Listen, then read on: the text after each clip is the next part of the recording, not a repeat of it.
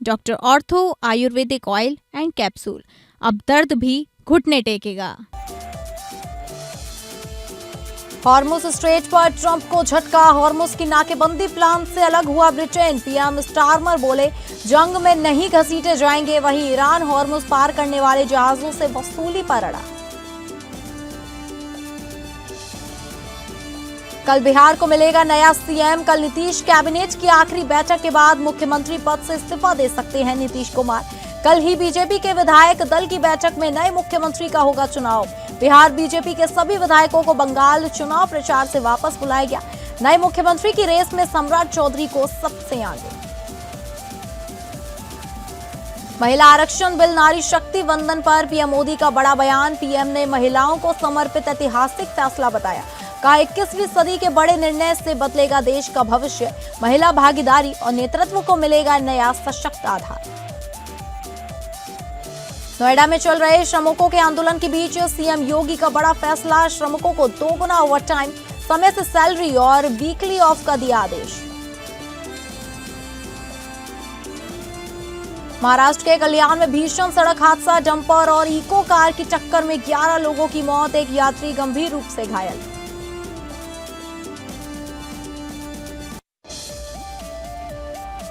नमस्कार, आप सभी का स्वागत है और मैं हूं आपके साथ अंकिता सिंह। बुलेटिन की शुरुआत करेंगे जहां अमेरिका और ईरान में बढ़ते तनाव के बीच हॉर्मुज स्ट्रेट को लेकर एक नया मोड़ सामने आ गया है।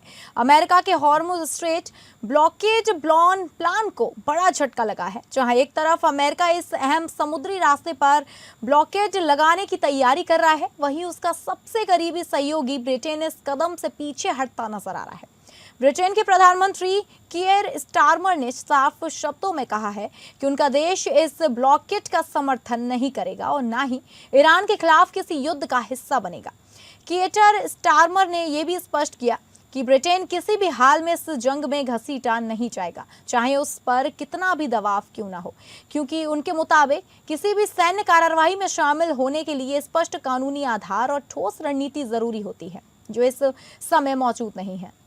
उधर पश्चिम एशिया में जारी जंग के बीच ईरान ने वैश्विक अर्थव्यवस्था की जीवन रेखा माने जाने वाले स्ट्रेट ऑफ हॉर्मुज पर अपना नियंत्रण और कड़ा कर दिया है। इन सब के बीच ईरान उस जलमार्ग से गुजरने वाले चुनिंदा जहाजों को $20 लाख ट्रांजिट शुल्क लेने की घोषणा की गई है। दरअसल ईरान द्वारा यह कदम ऐसे समय में उठाया गया है जब अमेरिकी राष्ट्रपति डोनाल्ड ट्रंप ने ईरान को चेतावनी दी थी कि यदि जल डमरू मध्य को 48 घंटों के भीतर पूरी तरह नहीं खोला गया तो अमेरिका ईरान के बिजली ढांचे को ध्वस्त कर देगा। अमेरिका इजरायल से युद्ध लड़ रहे ईरान के ने हॉर्मुज स्ट्रेट से गुजरने वाले कुछ चुनिंदा जहाजों पर $20 लाख का शुल्क लगाने का फैसला किया है। वह ईरान के राष्ट्रपति मसूद पेजिशियन ने एक्स पर तेहरान की नीति को स्पष्ट करते हुए कहा कि हॉर्मुज जल डमरू मध्य ईरान के विरोधियों को छोड़कर सभी के लिए खुला है। ईरान इंटरनेशनल की एक रिपोर्ट के अनुसार संसद की राष्ट्रीय सुरक्षा समिति के सदस्य ईरानी सांसद अलाउद्दीन बैरोजेर्दी ने बताया कि यह भारी शुल्क पहले ही लागू किया जा चुका है, जो इस महत्वपूर्ण जलमार्ग पर नियंत्रण के लिए ईरान के नए दृष्टिकोण को दर्शाता है।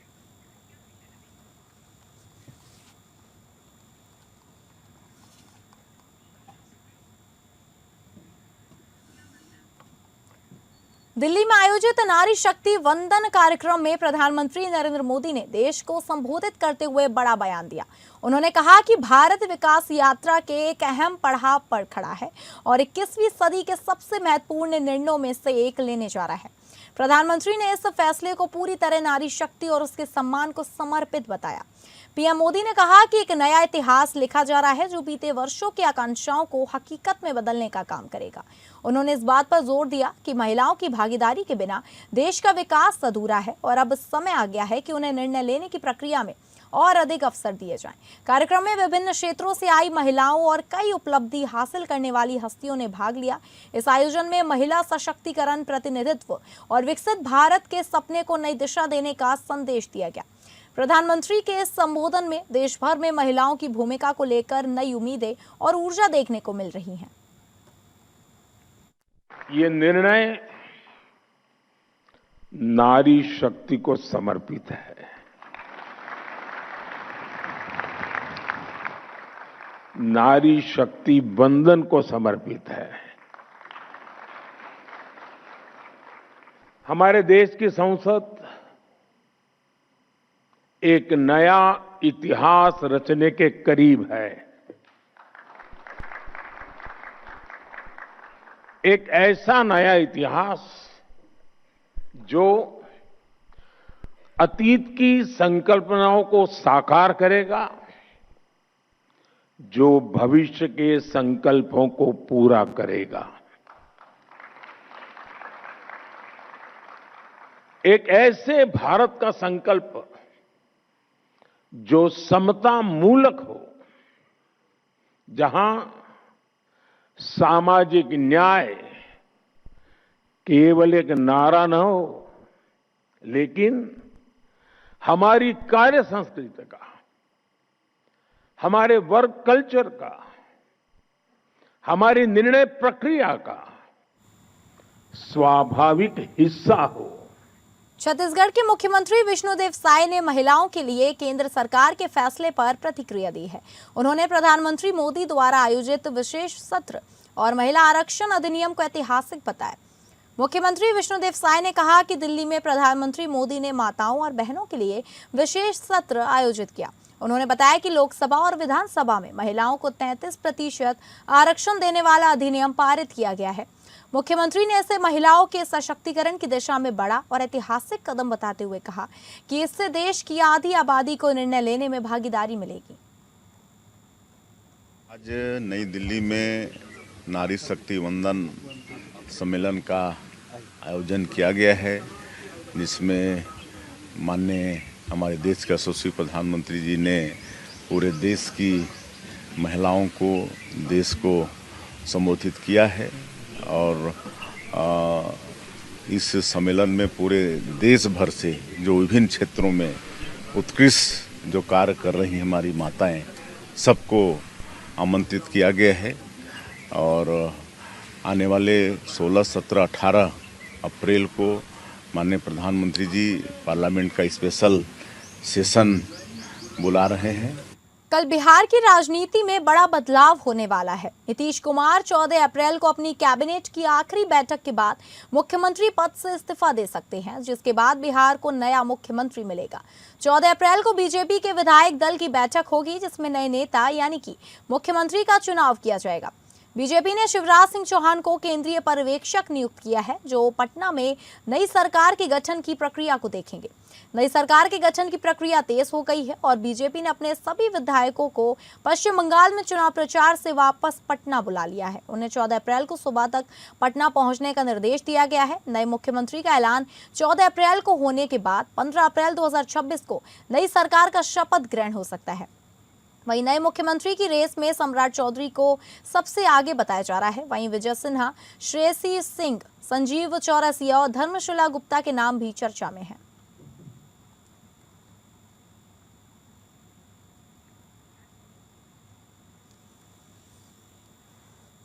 बिहार की राजनीति में इस वक्त बड़ा भूचाल देखने को मिल रहा है। नेता प्रतिपक्ष तेजस्वी यादव ने राज्य की मौजूदा स्थिति को लेकर सरकार पर जोरदार हमला बोला है। तेजस्वी ने साफ शब्दों में कहा कि बिहार के हालात अत्यधिक चिंताजनक हो चुके हैं और शासन प्रशासन पूरी तरह बदबहास नजर आ रहा है। उनके मुताबिक राज्य को नेतृत्व अब बेहोश और बेजुबान बन चुका है, जिससे प्रदेश में गंभीर संवैधानिक संकट खड़ा हो गया है। तेजस्वी यादव ने यह भी आरोप लगाया कि पिछले 2 महीनों से बिहार में एक भी कैबिनेट बैठक नहीं हुई है, जिसके चलते सरकार कोई ठोस निर्णय लेने की स्थिति में नहीं है। उन्होंने कहा कि राज्य में अपराध ने सारे रिकॉर्ड तोड़ दिए हैं और भ्रष्टाचार बेलगाम हो चुका है। हालात ऐसे हैं कि उच्च अधिकारी भी मूक दर्शन बने हुए हैं और कानून व्यवस्था पूरी तरह ध्वस्त नजर आ रही है। इतना ही नहीं, तेजस्वी ने सरकार पर बाहरी शक्तियों के प्रभाव में काम करने का भी गंभीर आरोप लगाया। उन्होंने कहा कि चुनाव के महज 5 महीने बाद ही सत्ता की कुर्सी की लड़ाई में विकास, कृषि, शिक्षा और स्वास्थ्य जैसे अहम मुद्दे पूरी तरह गायब हो जाएंगे। तेजस्वी के मुताबिक अब बिहार की सरकार अपने नहीं बल्कि बाहरी इशारों पर चल रही है, जो राज्य के भविष्य के लिए बेहद चिंताजनक संकेत है। वास्तविकता यही है कि बिहार जो है बदहाल हो गया है, बर्बाद इन लोगों ने कर दिया है। किसी चीज की बात कीजिए, लॉ एंड ऑर्डर की बात कीजिए, किसान की बात कीजिए, नौजवान की बात कीजिए, पढ़ाई की बात कीजिए, दवाई की बात कीजिए, बिहार जो है सफर कर रहा है। और सरकार की जिम्मेवारी होती है कि कम से कम जो पीड़ा है लोगों की, जो समस्या है, उसको दूर किया जाए। इसके लिए सरकार का गठन होता है।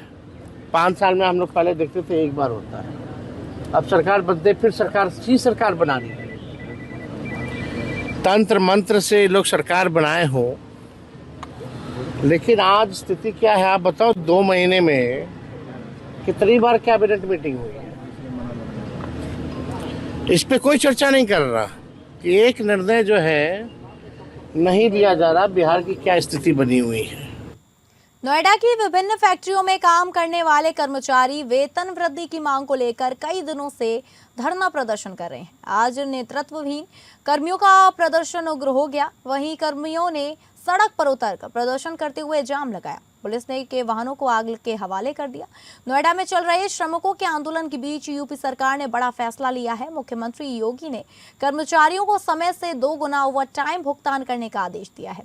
इसके अलावा समय से सैलरी और बोनस सीधे बैंक खाते में जमा करना जरूरी कर दिया है।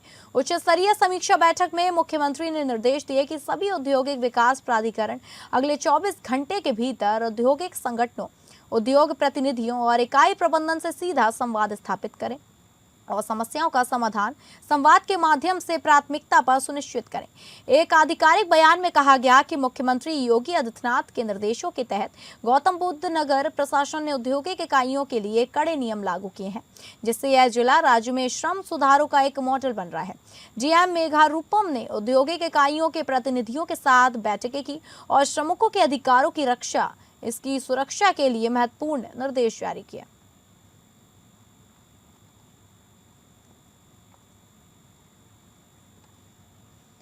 भारतीय जनता पार्टी के राष्ट्रीय महासचिव और प्रदेश प्रभारी विनोद तावड़े ने राजधानी लखनऊ में बीजेपी पार्टी कार्यालय पर बीजेपी प्रदेश अध्यक्ष पंकज चौधरी, संगठन मंत्री धर्मपाल सिंह और अन्य नेताओं के साथ हाई लेवल मीटिंग की। बैठक में यूपी में भाजपा संगठन को मजबूत करने, विभिन्न आयोग, निगमों और बोर्ड के गठन और योगी सरकार में संभावित विस्तार को लेकर चर्चा की। 2027 के विधानसभा चुनाव के मद्देनजर भाजपा संगठन और सरकार में बड़े बदलाव की दिशा में बैठक को अहम माना जा रहा है। अगली खबर का रुख करेंगे, जहां महाराष्ट्र के कल्याण में सोमवार सुबह एक दर्दनाक सड़क हादसे ने सभी को झकझोर कर रख दिया। कल्याण मुरबाड मार्ग पर रायता पुल के पास डंपर और इको कार की भीषण टक्कर में 11 लोगों की मौके पर ही मौत हो गई, जबकि एक व्यक्ति गंभीर रूप से घायल हो गया, ये बताया जा रहा है। हादसा सुबह करीब 11 बजे हुआ, जिससे इलाके में अफरा तफरी मच गई। प्राप्त जानकारी के अनुसार इको कार में कुल 12 यात्री सवार थे और वाहन गुरबाट की ओर से जा रहा था। इसी दौरान कल्याण के पास रायता पुल के नजदीक तेज रफ्तार डंपर से आमने सामने की टक्कर हो गई, जो बेहद भयावह साबित हुई। टक्कर इतनी जोरदार थी कि कार के परखच्चे उड़ गए और अधिकांश यात्रियों को संभलने का मौका नहीं मिला। घटना की सूचना मिलते ही टिटवाला पुलिस तुरंत मौके पर पहुंची और राहत एवं बचाव कार्य शुरू किया। घायल को अस्पताल पहुंचाया गया, जबकि मृतकों की पहचान की प्रक्रिया जारी है। पुलिस पूरे मामले की जांच कर रही है और हादसे के कारणों का पता लगाने में जुटी हुई है। 13 अप्रैल को सुबह 11:15 के आसपास एक टाटा इको और टाटा मिक्सचर, जो इनमें रायता ब्रिज के ऊपर एक्सीडेंट हुआ है। तो इसमें इको वैन में जो प्रवासी है 11, उनका एक्सीडेंट में इंजर होके उनको गोयल हॉस्पिटल में अभी रिमूव किया है। उसमें 11 की कैजुअलिटी होने की संभावना है, वो आगे की प्रोसेस चालू है। वृंदावन के केसी घाट के निकट यमुना नदी में 10 अप्रैल को हुए दर्दनाक नाव हादसे में मृतकों की संख्या बढ़कर अब 15 हो गई है, जबकि एक व्यक्ति अभी भी लापता है। पुलिस अधीक्षक ग्रामीण के अनुसार हादसे के दिन 10 शव बरामद हुए थे और 18 लोगों को सुरक्षित रेस्क्यू किया गया था। बाद में 3 और शव मिले। इसके बाद 13 अप्रैल को 2 और शव बरामद किए गए। आज सुबह एक महिला का शव बंगाली घाट से तथा एक पुरुष का शव देवराहा बाबा आश्रम की ओर से बरामद हुआ। बरामद शवों का पंचनामा भरकर पोस्टमार्टम की कार्रवाई जारी है। लापता लोगों की तलाश के लिए प्रशासन ने पूरे क्षेत्र को 7 सेक्टरों में विभाजित कर सर्च अभियान चलाया है। वहीं रेस्क्यू ऑपरेशन में एनडीआरएफ, एसडीआरएफ और स्थानीय प्राइवेट गोताखोर लगातार यमुना में तलाशी अभियान चला रहे हैं। प्रशासन द्वारा सर्च ऑपरेशन को और प्रभावी बनाने के लिए ड्रोन कैमरों की मदद भी ली जा रही है, ताकि नदी के दूरस्थ और गहरे क्षेत्रों में भी तलाश की जा सके। प्रशासन के अनुसार अभी भी एक व्यक्ति लापता है, जिसकी तलाश के लिए अभियान लगातार जारी है। अधिकारियों ने कहा कि जब तक अंतिम व्यक्ति का पता नहीं चल जाता, तब तक सर्च ऑपरेशन जारी रहेगा।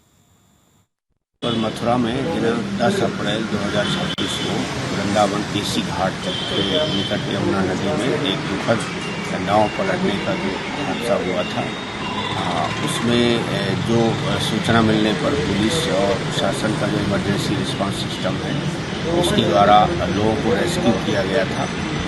10 उस दिन प्राप्त हुए थे। 18 लोगों को कुल सुरक्षित रेस्क्यू कर दिया गया था। उसके बाद से 6 लोग मिसिंग थे, जिनमें से 300 कल तक प्राप्त हो चुके थे। आज सुबह एक महिला का शव बंगाली घाट प्राप्त हुआ है और एक पुरुष का शव वो देवरा बाबा आश्रम की तरफ प्राप्त हुआ है। उत्तर प्रदेश की फतेहपुर जनपद में एक सनसनीखेज मामला सामने आया है, जहां साली को लेकर भाग रहे कार सवार जीजा ने 2 बाइक सवारों को रौंद दिया, जिसमें 3 की मौत हो गई और 4 लोग गंभीर रूप से घायल हो गए। घटना से पूरे क्षेत्र में हड़कंप मच गया है। बताते हैं कि 1 सप्ताह पहले आरोपी दीपक सोनी अपनी 15 साल की नाबालिग चचेरी साली को भगा कर ले गया था। मामले में रविवार शाम चौकी में पंचायत हुई, लेकिन कोई समझौता नहीं हो सका। पंचायत के बाद दीपक साली को कार में लेकर जा रहा था, जिसे परिजनों ने रोकने की कोशिश की। पीछा कर रहे लोगों ने कोरवा के पास कार रोकने का प्रयास किया। इस दौरान दीपक ने तेज रफ्तार में कार चढ़ा दी, जिससे 3 लोगों की मौत हो गई। घटना के बाद मौके पर पुलिस अधीक्षक भारी पुलिस बल के साथ पहुंचे और 3 टीमें गठित कर जांच शुरू कर दी। ये 112 को सूचना मिलती है, ग्राम कोरवा है, थाना बंदकी में। उसके पास एक 4 पहिया गाड़ी से 2 बाइकों का एक्सीडेंट होता है। उसमें से बताया जाता है कि एक बाइक पे 3 लोग सवार थे और एक बाइक पे एक और फैमिली आ रही थी, पति पत्नी और 2 बच्चे थे, वो सवार थे। और एक्सीडेंट में जिसमें जो पहली वाली बाइक थी उसमें 3 लोग, 2 लोग तो मौके पे ही डेथ कर गए थे और तीसरे को जब यहाँ पे सदर अस्पताल लाया गया तो उसको डेड डिक्लेयर कर दिया है। दूसरे जो बाइक पे चल रहे थे सवार पति पत्नी, अभी उनका ट्रीटमेंट चल रहा है और वो नॉर्मल है, क्रिटिकल नहीं है और बहुत जल्द उनको डिस्चार्ज कर लिया जाएगा। महाराष्ट्र के नासिक, पुणे और शिरडी में बड़ी कार्रवाई करते हुए प्रवर्तन निदेशालय ने फर्जी बाबा अशोक खरात मामले में 11 ठिकानों पर एक साथ छापेमारी की है। सूत्रों के मुताबिक यह रेड मनी लॉन्ड्रिंग और अवैध संपत्ति से जुड़े मामले को लेकर की जा रही है। ईडी की टीमों ने अलग अलग लोकेशंस पर पहुंचकर दस्तावेज, कैश ट्रांजैक्शन और डिजिटल रिकॉर्ड खंगालने शुरू कर दिए हैं। बताया जा रहा है कि इस मामले में धार्मिक आस्था के नाम पर लोगों से ठगी और भारी रकम इकट्ठा करने के आरोप हैं, जिसकी अब गहराई से जांच की जा रही है। फिलहाल कार्रवाई जारी है और जांच एजेंसियों के अहम सुराग मिलने की उम्मीद है।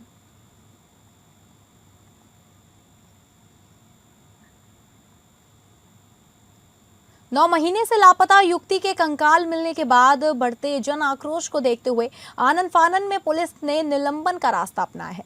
दरअसल 21 जुलाई 2025 को पिंजराजोरा थाना क्षेत्र अंतर्गत खूंटा डी निवासी रेखा देवी की पुत्री के लापता होने के बाद थाने में मामला दर्ज करने के लिए 14 दिन बाद एफआईआर लिया गया, जिसके 9 महीने बाद पुलिस को लापता युवती पुष्पा महतो का जंगल से कंकाल मिला। पीड़ित रेखा देवी ने आरोप लगाया है कि पुलिस के मिलीभगत से संदिग्ध आरोपी को बचाया गया। जब मदद की गुहार उच्च न्यायालय से लगाई गई, तब जाकर पुलिस की एसआईटी टीम ने संदिग्ध आरोपी दिनेश महतो से कड़ाई से पूछताछ की, जिसके निशानदेही पर जंगल से पुष्पा महतो के कंकाल को पुलिस ने बरामद किया। हमको नहीं लगता कि कुछ बोलने की ऐसी जरूरत है कि क्या लगता है, क्या पुलिस क्या करती है या क्या कर सकती है, और कितने सिंसियर ऑफिसर है हमारे डिपार्टमेंट में। पुष्पा के केस में सब कुछ सामने आया। बरगलाना, आश्वासन मिलना, यही 5 साल से हुआ है। दिल्ली से लेकर के बोकारो एसपी तक का दौड़ना, यही 5 सालों में मेरा काम रहा है। दिल्ली राष्ट्रपति भवन जाना, पीएमओ से मिलना, हेडक्वार्टर जाना, डीजीपी से मिलना। ये बहुत दुखद समय है हमारे लिए। मैं रजनी रवानी धनबाद जिला से हूँ और सबसे पहले पुष्पा की माँ सोशल मीडिया के माध्यम से मुझसे ही कांटेक्ट की थी नवंबर के महीने में कि दीदी मेरी बेटी 6 महीने से गुम है और कहीं कुछ अता पता नहीं है। हम लोग दर बदर भटक रहे हैं और कहीं कोई हमको ये नहीं मिल रहा बेटी का क्लू। तो हम आके उनसे घर पे मिले और इस बीच में हम थाना प्रभारी से भी मिले। जब 2-3 बार उनसे मिले तो हमको लगा ये बहुत ही गंभीर मामला है। तो फिलहाल इस बुलेटिन में इतना ही। नमस्कार।